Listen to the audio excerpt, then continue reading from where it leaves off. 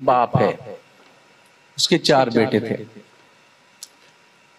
باپ کے آخری ایام ہیں، اس کو اندازہ ہو گیا تھا کہ اب میں زیادہ دن دنیا میں رک نہیں پاؤں گا، ٹھہر نہیں پاؤں گا۔ اس نے سوچا کہ اپنے بچوں کی تربیت کی، اپنے 4 بیٹوں کو اپنے ایک باغ میں بھیجا، لیکن ایک ایک کر کے بھیجا۔ جب سردیوں کا موسم تھا تو اس نے اپنے ایک بیٹے کو بھیجا اور اس نے کہا کہ جا کے وہاں جو پیڑ ہیں نا ان کی جو کیفیت ہے اس کو تمہیں لکھ کے رکھنا ہے اور لکھ کر کے مجھے لا کر کے بتانا ہے کہ تم اس پیڑ کو تم نے کیسے پایا۔ وہ گیا، سردیاں ابھی شروع ہو رہی تھی، دیکھا تو پیڑ کے بالکل وہ ٹہنیاں بالکل نرم نرم ہیں، پتے کچھ ہیں کچھ نہیں ہیں۔ اس نے لکھا یہ تو بڑا بدصورت پیڑ ہے، ان پر کوئی سبزہ نہیں ہے وغیرہ وغیرہ، جو بھی اس کو کیفیت لکھنی تھی اس نے لکھی۔ باپ نے لے کے رکھ لیا۔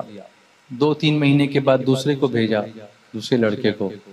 اس نے جا کے دیکھا تو ابھی بہاریں آنا شروع ہوئی تھی اور اس پر پتیاں آ رہی تھی۔ اس نے کہا واہ واہ واہ کیا باغ ہے کہ بس پتیاں سبز پتیاں، ہری ہری پتیاں نظر آ رہی ہیں اور ہر جگہ جو ہے پیڑ پر سبزہ چھایا ہوا ہے۔ اس نے لکھ کے رکھ لیا۔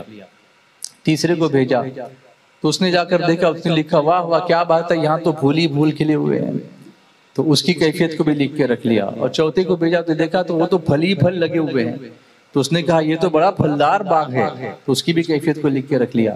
اور 1 سال کے بعد 4 کو ساتھ میں بلایا اور کہا کہ اب آپ اپنی اپنی جو رپورٹ ہے اس کو پڑھیے اور مجھے بتائیے کہ آپ نے باغ کو کیسے پایا۔ تو ہر ایک نے اپنی رپورٹ کی۔ اس نے کہا یہ تو باغ بالکل خراب تھا، وہاں پر کچھ بھی نہیں تھا، پتے بھی نہیں تھے۔ دوسرے نے کہا صرف پتے تھے لیکن اور کچھ نہیں تھا۔ تیسرے نے کہا پھول ہی پھول تھے، اور چوتھے نے کہا پھول بھی تھے اور پھل بھی تھے۔ تو باپ نے کہا بیٹا دیکھو ایسا ہے کہ تم نے اس باغ کو الگ الگ موسم میں دیکھا ہے، اس کی پوری کیفیت مت سمجھ لینا۔ اگر اس کی پوری کیفیت کو سمجھنا ہو تو پورے سال کی کیفیت کو ایک نظر میں دیکھ لینا، اس کی پوری کیفیت تم کو سمجھ میں آ جائے گی۔